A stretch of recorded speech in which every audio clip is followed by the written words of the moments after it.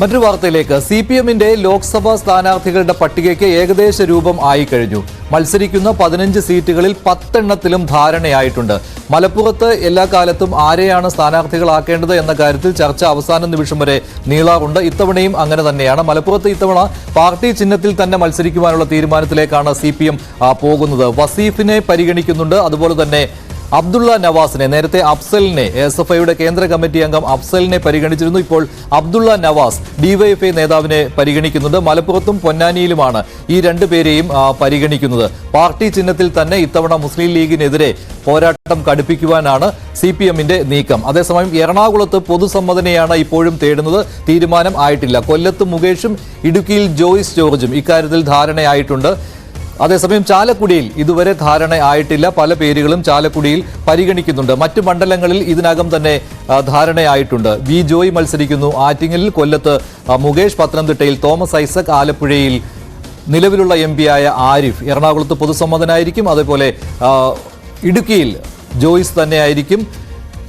പിന്നെ അങ്ങോട്ട് പാലക്കാട് എ വിജയരാഘവൻ, കോഴിക്കോട് എളമരം കരീം, വടകരയിൽ കെ ശൈലജയുടെ പേര് തന്നെയാണ്. എം.വി. ജയരാജൻ കണ്ണൂരിലും, കാസർഗോഡ് എം.പി. ബാലകൃഷ്ണന്റെ പേരുമാണ് പരിഗണനയിലുള്ളത്. ഇത് ഏകദേശമായി തന്നെ, അല്ലെങ്കിൽ ഒരു അന്തിമ രൂപം തന്നെ ഇക്കാര്യത്തിൽ ആയിട്ടുണ്ട്. ജില്ലാതലത്തിൽ ധാരണയായി കഴിഞ്ഞു. സംസ്ഥാന തലത്തിലേക്ക് പട്ടിക അയക്കുകയാണ്. ഇനി പ്രഖ്യാപനം മാത്രമേ ബാക്കിയുള്ളൂ. അതേസമയം മലപ്പുറം, പൊന്നാനി, എറണാകുളം, ചാലക്കുടി എന്നീ മണ്ഡലങ്ങളുടെ കാര്യത്തിലാണ് ഇതുവരെ ധാരണയാകാത്തത്. കൂടുതൽ വിവരങ്ങൾ നൽകാൻ അനുമോദ് ചേരുകയാണ് മലപ്പുറത്ത് നിന്ന്. അനുമോദ്, ഇപ്പോൾ മലപ്പുറം വലിയ ചർച്ചാ വിഷയമായിരിക്കുകയാണല്ലോ. പാർട്ടി ചിഹ്നത്തിൽ തന്നെ ആളുകൾ വരും എന്നുള്ള കാര്യം ഉറപ്പാണോ? വസീഫും അബ്ദുള്ള നവാസുമാണോ അവസാനം പരിഗണനയിൽ? മഞ്ജുഷ, സാധാരണ മലപ്പുറത്ത്, പൊന്നാനി ഈ രണ്ടിടങ്ങളിലും ഏറ്റവും അവസാനമാണ് സ്ഥാനാർത്ഥികളെ പ്രഖ്യാപിക്കുന്ന പതിവുള്ളത്.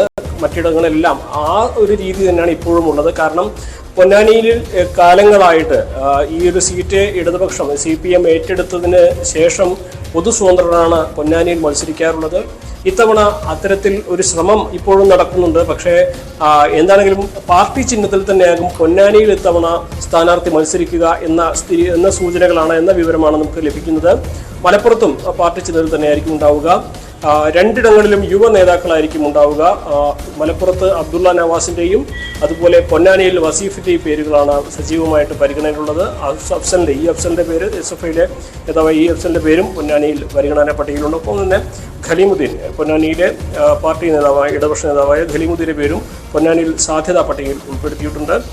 ഈ VP സാനു നമുക്കറിയാം, കഴിഞ്ഞ 2 തവണയും അദ്ദേഹം മലപ്പുറത്ത് പാർലമെന്റ് തെരഞ്ഞെടുപ്പിൽ മത്സരിച്ചതാണ്. പക്ഷേ സാനുവിന്റെ പേര് ചർച്ചയിൽ ഉയർന്നെങ്കിലും സാനു ഇത്തവണ മത്സരിക്കില്ല എന്ന കൃത്യമായ വിവരമാണ് നമുക്ക് ലഭിക്കുന്നത്. സാനു ഇത്തവണ മത്സരരംഗത്തുണ്ടാകില്ല. പകരം യുവ നേതാക്കൾ തന്നെയായിരിക്കും ഉണ്ടാവുക. അതിൽ അബ്ദുള്ള നവാസിന്റെയും വസീഫിന്റെയും പേരിനാണ് മുൻഗണനയുള്ളത്. പക്ഷേ ഇപ്പോഴും ഒരു പൊതു സ്വതന്ത്ര സ്ഥാനാർത്ഥിയെ പൊന്നാനി ലഭിച്ചാൽ അവർക്ക് പരിഗണന കൊടുക്കും എന്ന സൂചനകളാണ് പാർട്ടിയിൽ നിന്ന് ലഭിക്കുന്നത്. കാരണം പാർട്ടി എല്ലാ തവണയും പൊന്നാനി പരീക്ഷിക്കുന്ന ഒരു തന്ത്രമാണ്. അത് പൂർണ്ണമായിട്ടും എഴുതി തള്ളിയിട്ടില്ല. പക്ഷേ ഒരു പൊതുസ്വതന്ത്രനെ, മികച്ചൊരു പൊതുസ്വതന്ത്രനെ അവിടെ ലഭിച്ചിട്ടില്ല എന്നതാണ് ഏറ്റവും പ്രധാനപ്പെട്ട കാര്യം. നിലവിലെ സാഹചര്യത്തിൽ രണ്ടിടത്തും പാർട്ടി ചിഹ്നത്തിൽ സ്ഥാനാർത്ഥികൾ മത്സരിക്കും. രണ്ടിടത്തും ഈ ഇപ്പോൾ ലഭിക്കുന്ന വിവരങ്ങളനുസരിച്ച് യുവ നേതാക്കൾ തന്നെയായിരിക്കും ഇടതുപക്ഷ സ്ഥാനാർത്ഥികളായിട്ടുണ്ടാവുക. മഞ്ജുഷ്. ശരി അനുമോദ്. മലപ്പുറത്തും പൊന്നാനിയിലും യുവ സ്ഥാനാർത്ഥികളെ പാർട്ടി ചിഹ്നത്തിൽ മത്സരിപ്പിക്കുവാനുള്ള നീക്കമാണ് ഇപ്പോഴും CPM നടത്തുന്നത്. അതേസമയത്ത് തന്നെയാണ് പൊതുസമ്മതനെ കിട്ടിയാൽ മത്സരിപ്പിക്കുവാനുള്ള ശ്രമം ഉണ്ടാകുമെന്നത്. മറ്റൊരു